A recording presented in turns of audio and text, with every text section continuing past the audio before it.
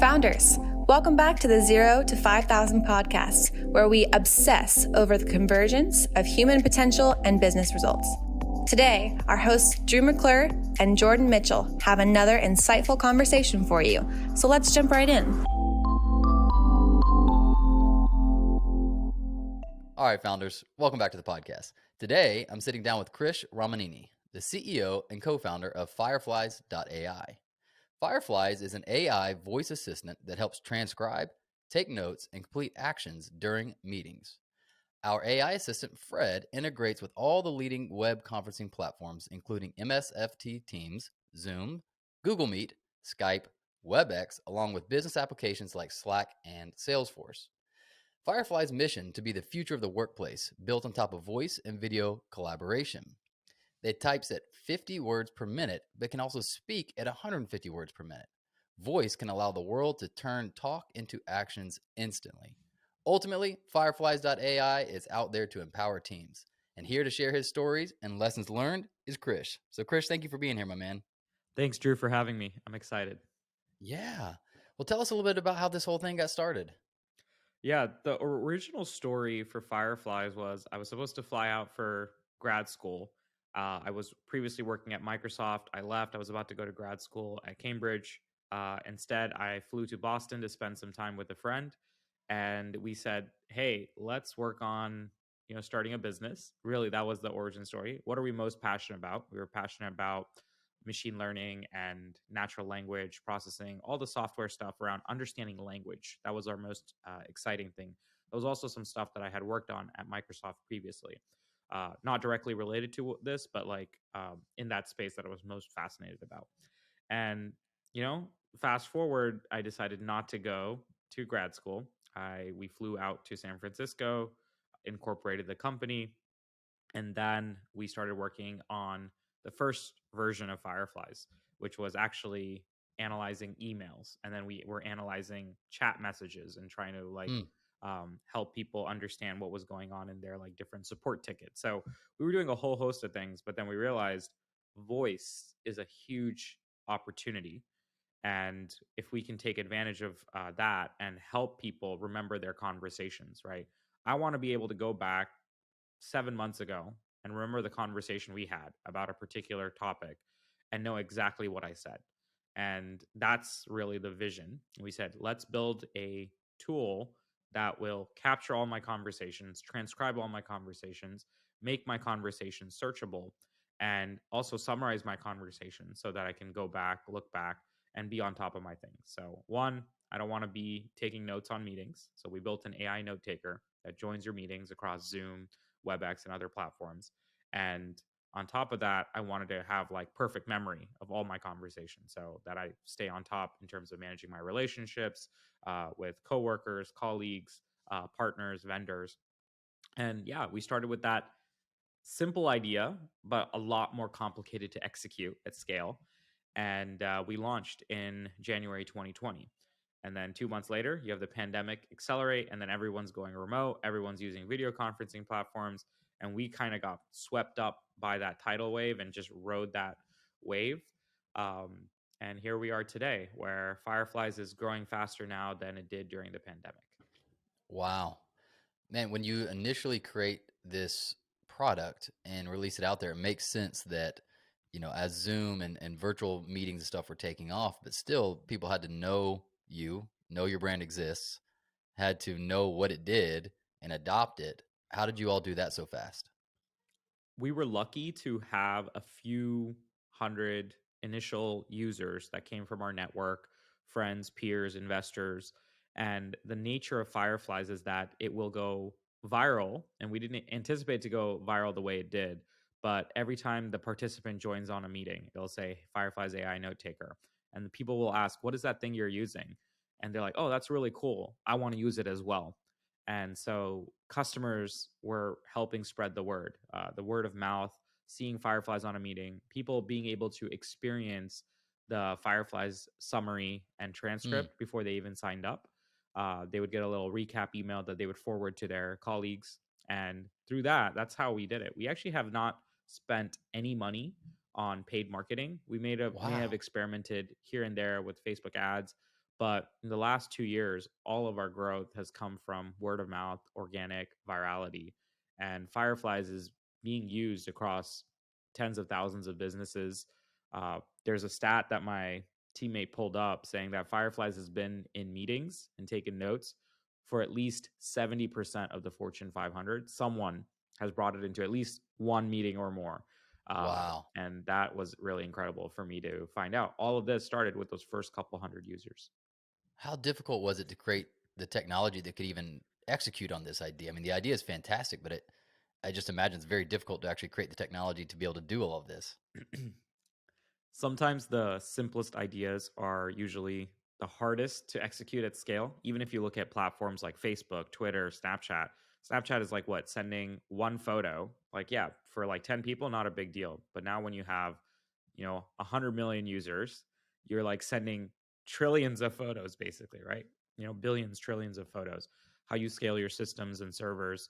In the same way for Fireflies, it was the same challenge. As you plan to scale, right, from 10 users to 100 users to 1,000 to, you know, uh, tens of thousands, hundreds of thousands of users, the volume of data that we're doing. I remember I was looking at the stats in January 2022, and I found out that Fireflies did 1,000 years worth of meetings and processed that data. Right. So for a human to do that many meetings, attend that many meetings, it would take 1,000 years. It did it in a single year. I'm curious to see what data we'll look at when I review that in January 2023, when I look back on all of 2022.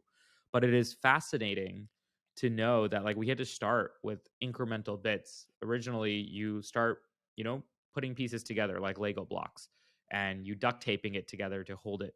But eventually, you have to rebuild it, refactor it, and at every step function, you have to keep making your technology better. Otherwise, it will break down.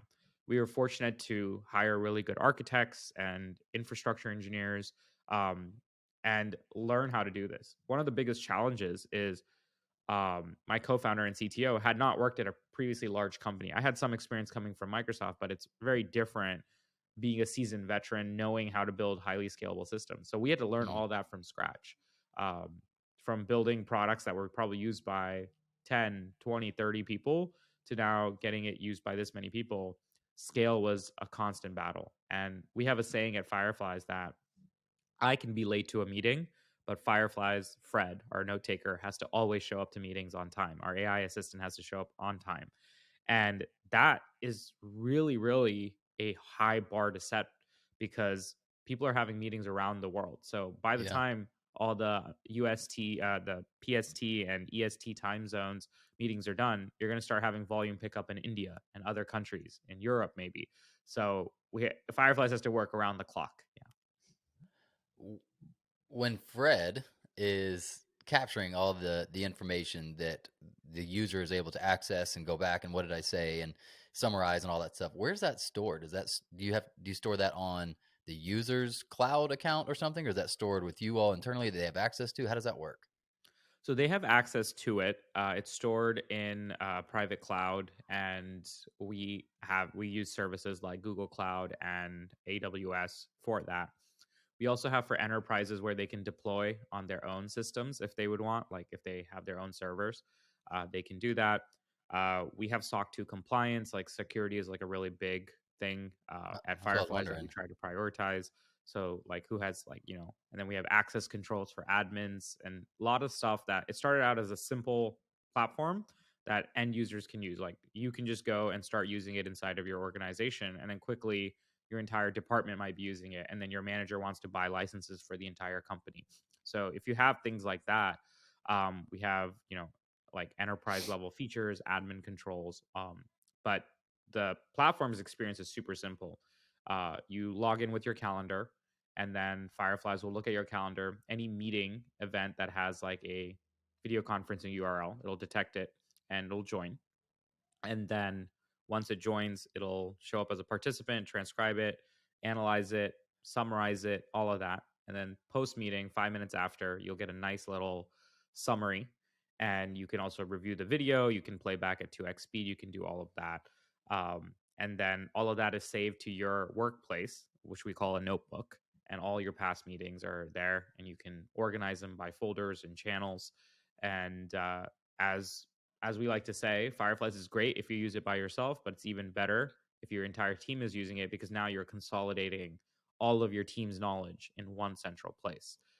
Yeah. You can have documents, wikis, other stuff, but those can quickly get outdated. But what we're building is a living, self updating, breathing knowledge base based on your conversations. Man, I imagine I imagine you'd have to build a quite a reputation of trustworthiness if there's literally something recording everyone's meetings, right? And they may have proprietary business things that they've shared or just sensitive stuff that is now being captured somewhere.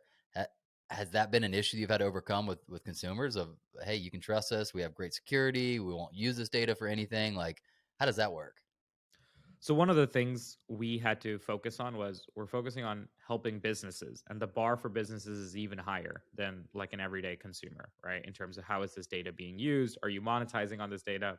The other thing Right. is we charge for our subscription. So we're not running ads or like selling personally identifiable data or any of that. Like a lot of social media companies, if it's free, you are the product, right? That is Mm, being monetized. For us, we charge for our service, so we have no need or incentive to monetize based on what users are saying in their meetings. Those meetings, they own that data; it's strictly theirs. That's really important for us. We also have several guardrails. Like for example, we try to educate users and tell them, look, it's your responsibility right here to know when to use it, when not to use it. And here's how you can delete data. Here's how you can wipe data. Here's how you can control it so that Fireflies only joins specific meetings and instead of all your meetings. So having controls cool. like that is super important, and who it's shared with.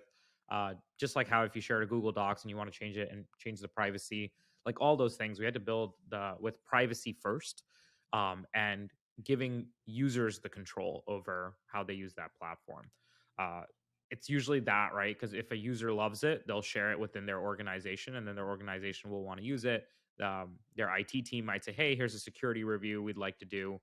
We have to answer like 100 question uh, security questionnaire and then help them onboard." So it's all part of the process. But I am a big believer that like any technology is not good or evil on its own. It's how people choose to use it. People can Hmm. choose to misuse the best of technology. So we want to put the onus on helping educate users. Make sure you are following your local call compliance and recording laws, whichever that is. And transparency is way better. So at least with the note taker, when it shows up, people know, and the participants can say, "Hey, what is this?" They can ask to remove it if they would like. But at least it starts a dialogue or conversation. Versus there are Hmm. tools out there today that can potentially silently record, right, without you ever knowing. So these are the sort of things that we try to preach and stand by. Well, that's why I wanted to ask, and you gave a great answer because I find out crap all the time. I'm like, TikTok's recording what from me?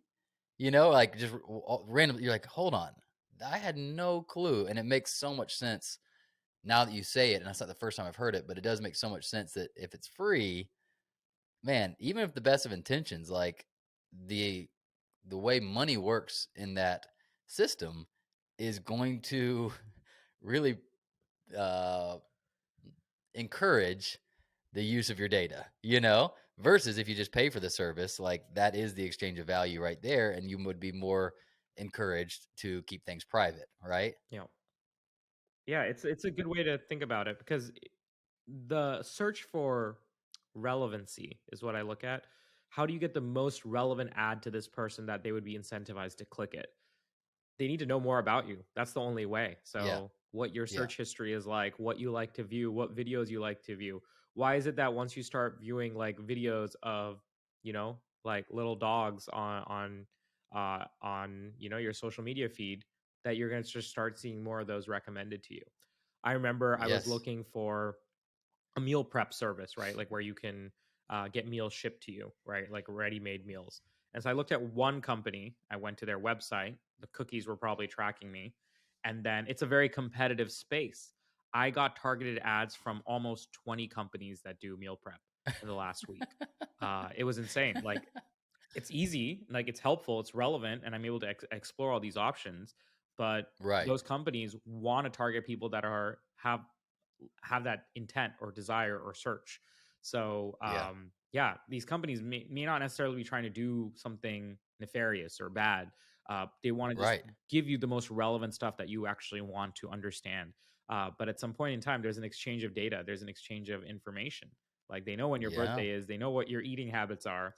Um, one was interesting. I was in college and we were doing a case study on a company, and it was an e-commerce company. They had data scientists that were able to predict when a person was going to be pregnant based on their purchasing habits, more Whoa. accurately than they themselves knew, which was really interesting.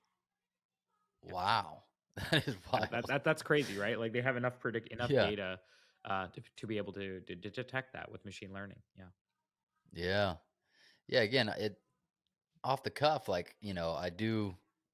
We're about to go down a rabbit trail that I don't think makes is not going to be good conversation. So, anyways, thank you for clearing that up. I think that makes a whole lot of sense. What I am curious about is, at the time of this recording, we're coming in about a week before Christmas. We're coming into the new year, and it's an interesting time to be in tech. It's an interesting time to be in general in the market right now in any fashion, but especially in tech.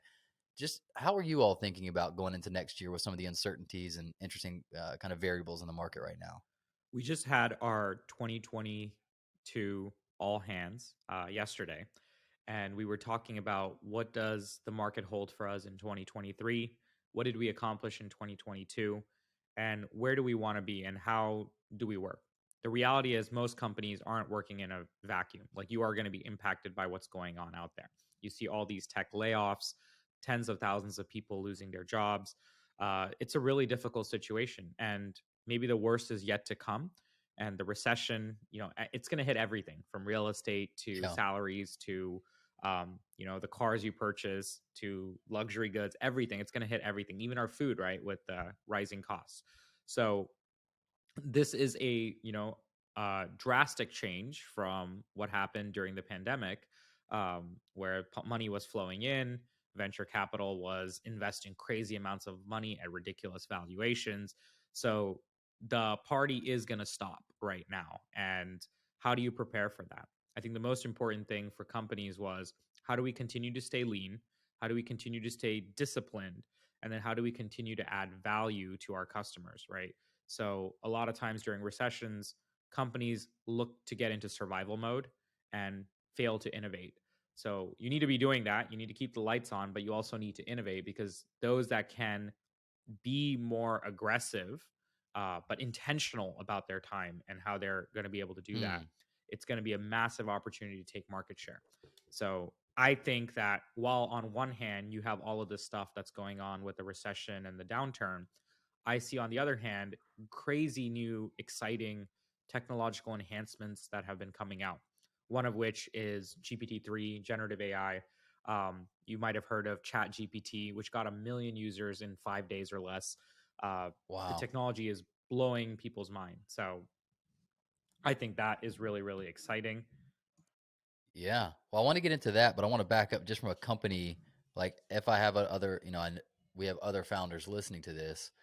What it, what I'm hearing is it sounds like the strategy for you moving into 2023 is lean but aggressive. Is that fair? Is that part of it? It's kind of like two opposing energies, but you want them to work together. Like, yeah, we want to be lean and disciplined and smart, yet we also still want to be offensive and aggressive. Is that right? We want to be focused on the bets we take, and whichever bets we take, we go 120% on that bet. So instead of trying to throw our bets around 20 different things, which companies can do when they have a lot of money and resources, we have to be more decisive. And if there's something that we really believe is the direction that we want to take our company, um, it doesn't have to be a gamble, but it is something that you do as a process of elimination. You make decisions, you look at trends, you look at the data. And so one of the bets we're making is that generative AI, as this stuff is called, is here to stay. It is the new internet, from how I look at it. It's as exciting a time right now to work on generative AI, text AI, all of this GPT-3, open AI sort of technology, as when the internet first came out, or when the first iPhone came out, the smartphone came out. So I think people can ride the technology wave. This is exactly what Mm. Amazon did, right? Jeff Bezos felt that I just need to do something on the internet. It's just going to grow so fast. Whatever I do, as long as I'm disciplined and consistent, it's going to take off, and we're going to be able to ride that tailwinds. So in the same way, it's very interesting for us that we work on text related stuff, voice, transcription, text, and we focus on natural language, like language creation, all of these things, right? Like, how do you understand language? So for us, when we look at this, yes, the market is doing not so well, but there is this huge opportunity here where we can build and differentiate and create a product experience that's going to blow people's minds. So we want to use 2023 as a way to expand beyond just an AI note taker and transcription. We did some of that in 2022 where we provided analytics and all of this amazing stuff on top of the core platform. Now we can help people get work done from just their conversations, just with the sound of their voice. Can they get work done? So we actually have a sneak peek of the extensions that we've launched and these new features, new products that we've launched. And some of the stuff is just mind blowing and things that I didn't even imagine 5 years ago. Like today, with this new technology with GPT-3, one of the things I can do is I can go ask Fred, the AI assistant, after a meeting, hey, from this meeting, can you draft up a email that I can send to the participants based on the contents of the meeting? And it'll draft up the meeting email for me. Whoa. Yeah. That's cool. Yeah. So, okay, let's back up for a second because I have very limited, but I have seen a lot of exposure to GPT-3 from social media and that type of thing. And it excites me, yet I don't even know how I would use it, right? Yeah. So are you all in your world using it as almost an engineering asset?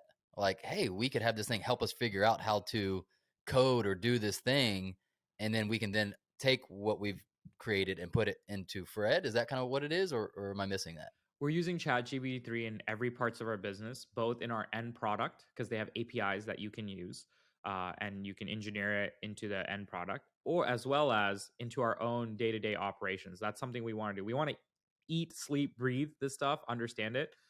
It's the same way as saying, like, if we're building software for remote companies, if we ourselves are not a remote company, we're not going to be able to understand what it takes, right, to build remote software. In the same way, there's many aspects of GPT-3 and this OpenAI technology. For simplicity's sakes, let me try to define this.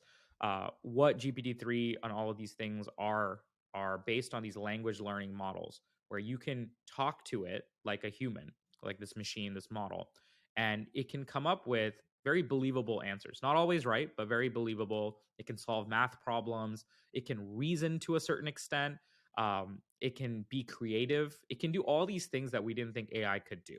So it's like taking Siri or Alexa to the next level times 100, right?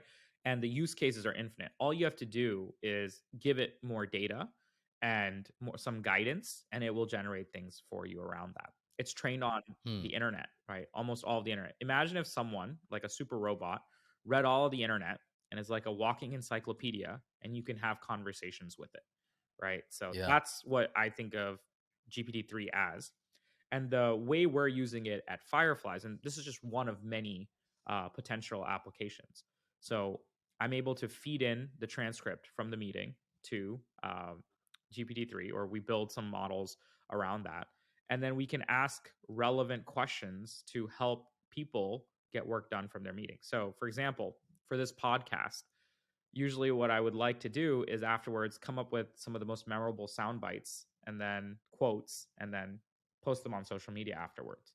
Instead, Yeah. if this podcast was transcribed through Fireflies and saved in Fireflies, I can just upload the audio file, have it transcribed, and then I can go to the AI assistant and basically ask in the chat box, can you pull out all the most memorable quotes Krish said in this meeting or this podcast, and then paraphrase them so that I can easily share them on social media?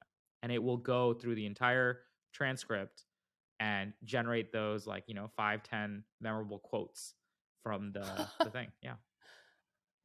uh, Thank you for sharing that. I'm going to actually do that. That would save me so much time. Yeah. So, oh, dang. All right. So it could do that even in a sense, copywriting, editing, like it would know well enough to pull out relevant quotes from you and all of that stuff. Right. That's currently available. Yeah, this is, yeah, we actually have the beta. So this is like a new product on top of Fireflies, and would love to get you guys access. And we have a wait list right now. It's blowing up. So we're trying to get as many people through the door. And Hey, I we're know really a guy. excited about this for 2023. So I'm glad I'm sharing this on here. We Yeah. haven't publicly shared much information around this to date. But what's fascinating is like it can be used in so many different contexts. That what I shared was just like, scratching the surface, like write an email based on this meeting. Or one thing I tried earlier was we had a marketing meeting and we were talking about a bunch of really interesting things and topics and stuff. And then I just asked Fred, can you come up with 5 to 10 blog post ideas based on this meeting? And it came up with, hey, you can write about this, you can write about this, you can write about this, you can write about this. So it's turning my thoughts and talking points into actions. That's really the Wow. vision of Fireflies 5 years ago when we started, is like, how can I just have a meeting and then have work be done? Right. And so now it's possible. Can it do video editing as well? Like if we gave it the video recording of this and say, cut up some clips? I think that would be really cool to do, like if from a video editing point of view. One of the features we're working on is we have this feature called sound bites. And so you can go to any part of a transcript in the dashboard, highlight that 30-second segment, and then turn it into a soundbite that you can share with your peers, right? So if you said something really exciting, I can go highlight that 30-second clip and then create a soundbite. One of the things we want to work on with Fireflies is, instead of you having to go manually create those sound bites from the transcript, can I just have it go into like a sales call and say, hey, what are all the feature requests that the customer brought up? Can you create a highlight reel of all the feature requests the customer discussed on the call? So that's in progress right now. But if we're able to do that, now you're going to have basically these sound bites or highlight reels based on the audio. And eventually we'll be able to do that for video as well. Yeah. What I'm curious about is, when I see the capabilities that seem to be emerging from OpenAI, from machine learning, not just from OpenAI as a company, but in general, I see a mixture of excitement and freaking out. I see half the posts are so excited about what can be created and what we can do with it, and the other half saying, there goes my job, no longer going to have this need. How do you think about that? I believe that every time technology comes in and does things, right, that innovate, maybe make certain skill sets mundane, humans are very resilient at coming up with new valuable use cases and opportunities on top. So I believe that it's going to create a new set of jobs. It's going to make some of the more mundane stuff replaceable. So the most important thing we can do is constantly try to keep learning and keep staying ahead of the curve, and so that we are not replaceable. Like at the end of the day, the way we are able to do that is this re-education, this knowledge wave. Like as you keep updating yourself, there's going to be new opportunities that come on, right? The internet didn't replace a lot of people. In fact, it created a lot of jobs for people. It's just a matter of people moving from other industries to this industry, right? So I think it's going to create new industries. It's going to make certain industries less desirable to work in potentially, right? Because maybe the pay goes down, or because technology starts automating these sort of things. But the reality is that technology tends to go through this 25-year adoption curve. So it's not going to be instant. With AI, I think there's an exception where things can happen super fast. But the most important thing people can do is be vigilant. It's hard to say that I want to cling to the past, like the olden days. Like that is not a recipe for success in the modern world. The world is moving so fast, and we have to keep adopting and evolving towards that. So if we said, I don't want cars, I just want to keep riding, the horse carriage. Yeah. Innovation doesn't stop for anyone, unfortunately, but it will make a lot of people's lives better.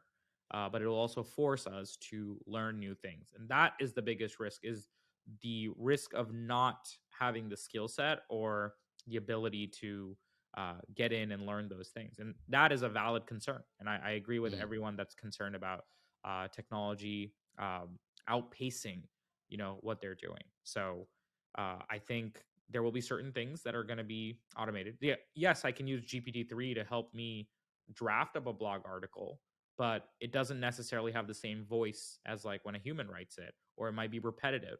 So what I find GPT-3 is most valuable for is it's a brainstorming engine for me. Like give me ideas, like help me think through my thoughts, or spell check what I'm writing, or rephrase something that I don't quite like. So it's more of an addition rather than a complete substitution. So that's how I look at it today. Mm. Maybe, who knows, 10, 20, 100 years from now, it's doing completely automated things. But I just definitely feel like right now, the way GB3 is built is to help assist rather than replace. So the best thing we could do would be the opposite of resisting and running away from, but in fact running towards and familiarizing yourself and in a sense adopting it, is that would be one of the safest things to do, right? If you're going into battle, you want to know as much about your opponent as possible. The art of war is about learning about their strengths, their weaknesses, like what's the opportunities. And maybe you realize they're not even your enemy and there's someone you want to partner with, right? Mm. So, in the same way, instead of having the first gut reaction being this stuff is horrible, it's going to steal jobs, it's going to ruin people's lives, the first thing is, why is it able to do this? How is it able to do this?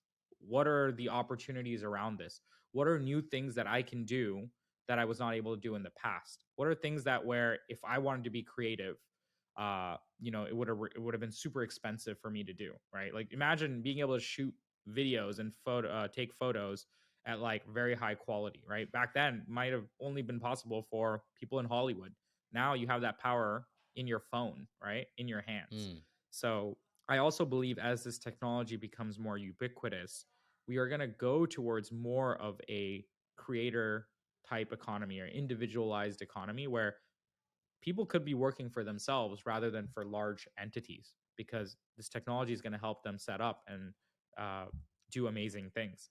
So in the past, during the Industrial Revolution, you need to have big factories, organize large people around doing things. But if technology is going to give each and every person superpowers, you may not need, 100,000 person business to do groundbreaking things. You Mm. yourself can be an entity on your own and be a business that does really successful things and creates value in this economy, right? So that is something that I would really still think about learning and embracing and leveraging your skill sets, right? It's as simple as, if Microsoft Word came out and email came out and you say, I refuse to use email, I'm going to still send paper mail. In fact, I had a customer, who was asking like a support question. Instead of using our support chat or our email, they sent paper mail, and it took like Wow.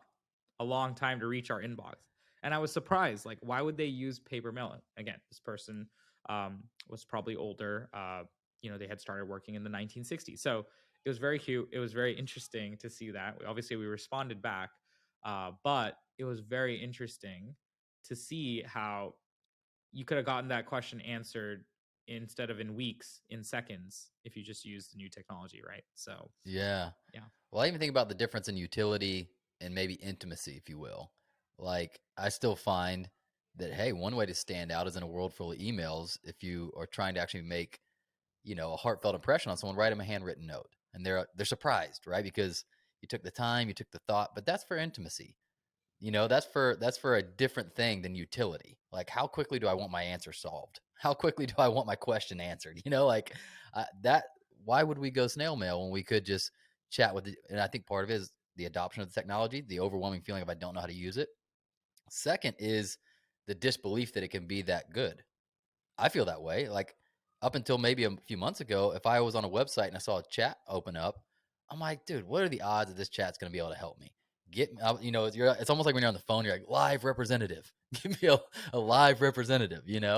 But now that might not be the case. It sounds like it might be the case where something like your chat feature would be as helpful as if you were to actually talk to someone on the phone. Is that right?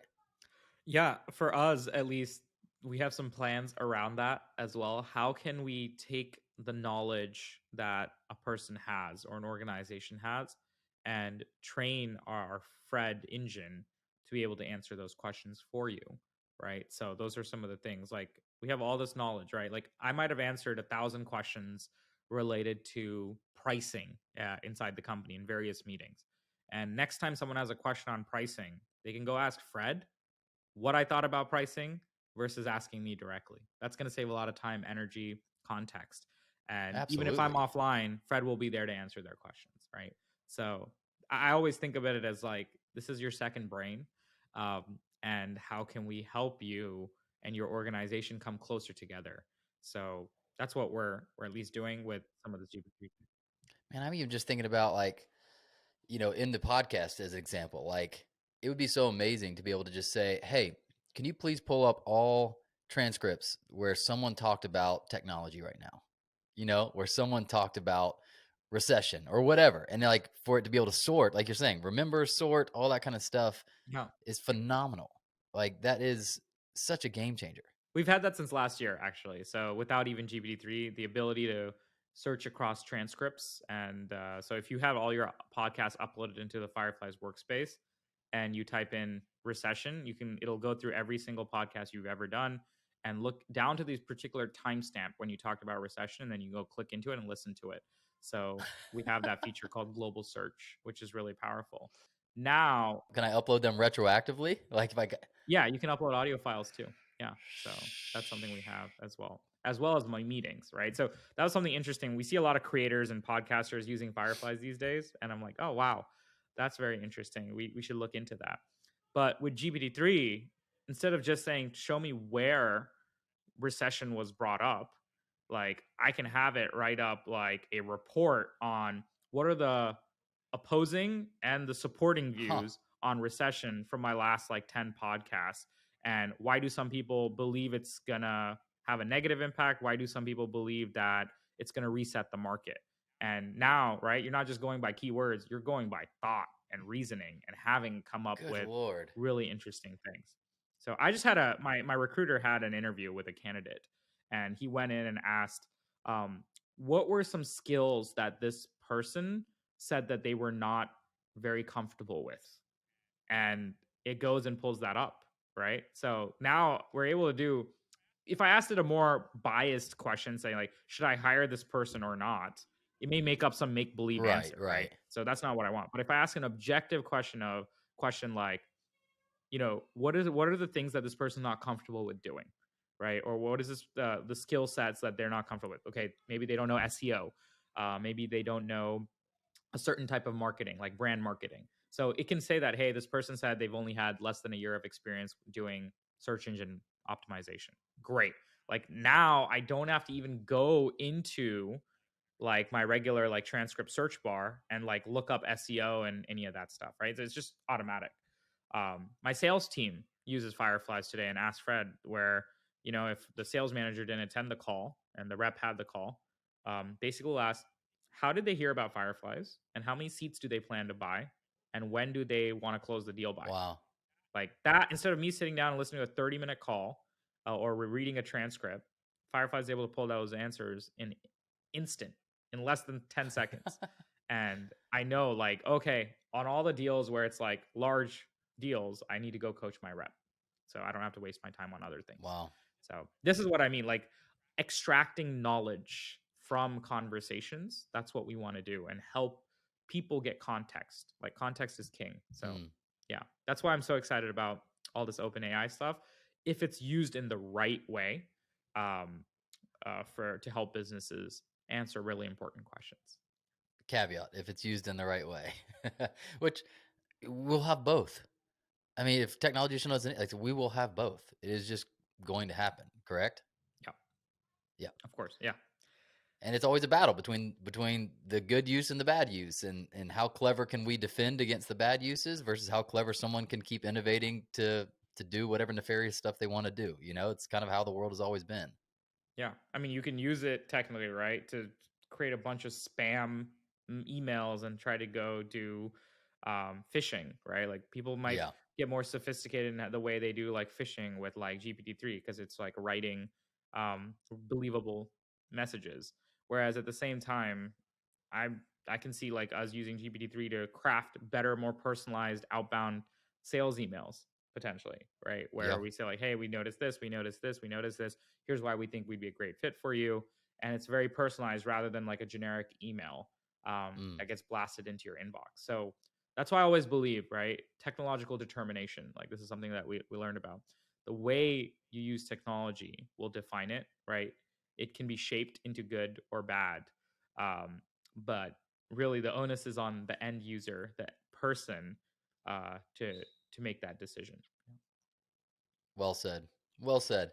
All right, my friend, last question, just one we like to capture with everybody. And one day when I upload all this into my Fireflies, it's gonna help me coalesce all this information. But is there any book in particular that has been most recommended by you to others? Could be personal, could be technology, could be business, whatever it is. Does anything come to mind? Yeah, I've actually had a few books. I had one that I really liked. I'm pulling it up as I speak right now, just so that I get the proper title. My book that I've recommended to a lot of entrepreneurs is called Monetizing Innovation, because just because you have cool technology out there doesn't mean it's necessarily something you can build a business around. And how you also price is very important. Like it determines how a customer adopts it and the value they perceive from it. So Monetizing Innovation talks about the different types of technology businesses out there. Why would you do subscription versus pay-per-use pricing? So there's all of these things that you can look into. So that's a book that I would recommend to any entrepreneur thinking about, I'm building this great service. How do I like monetize it, or how do I test that it's actually valuable and someone is willing to pay for it? Because that's the ultimate litmus test, is someone willing to pay for what you are building. When you look at all these cool GPT-3 stuff that people are putting up on the internet, 95% of them are probably not going to be monetizable, right? Because they don't solve a real business use case or a consumer problem. So I always think about, okay, how do I get someone to pay for this? What problem am I solving for them? What value am I creating for them? And how much is that pain point that I'm solving that it's worth paying X amount of money for? So getting to think from that perspective is really important for any entrepreneur. Heck yeah. Love it. We haven't had that one on the podcast yet. I'm going to check that out myself. Krish, thank you so much for your time. Thank you for sharing your perspective with me. I mean, it's been incredibly exciting, especially knowing what you're creating. You've got a customer in me, and super excited to see where this innovation takes us. So I really appreciate your time. Thanks, Drew. I was very amped up to talk about all this stuff that we're working on, and in general, what 2023 holds for everyone. So we're really excited. Heck yeah. Founders, thanks for listening. We hope you enjoyed it. Make sure you subscribe to the podcast and hop into our monthly founder email so we can ensure you stay on the edge of peak performance and massive business results.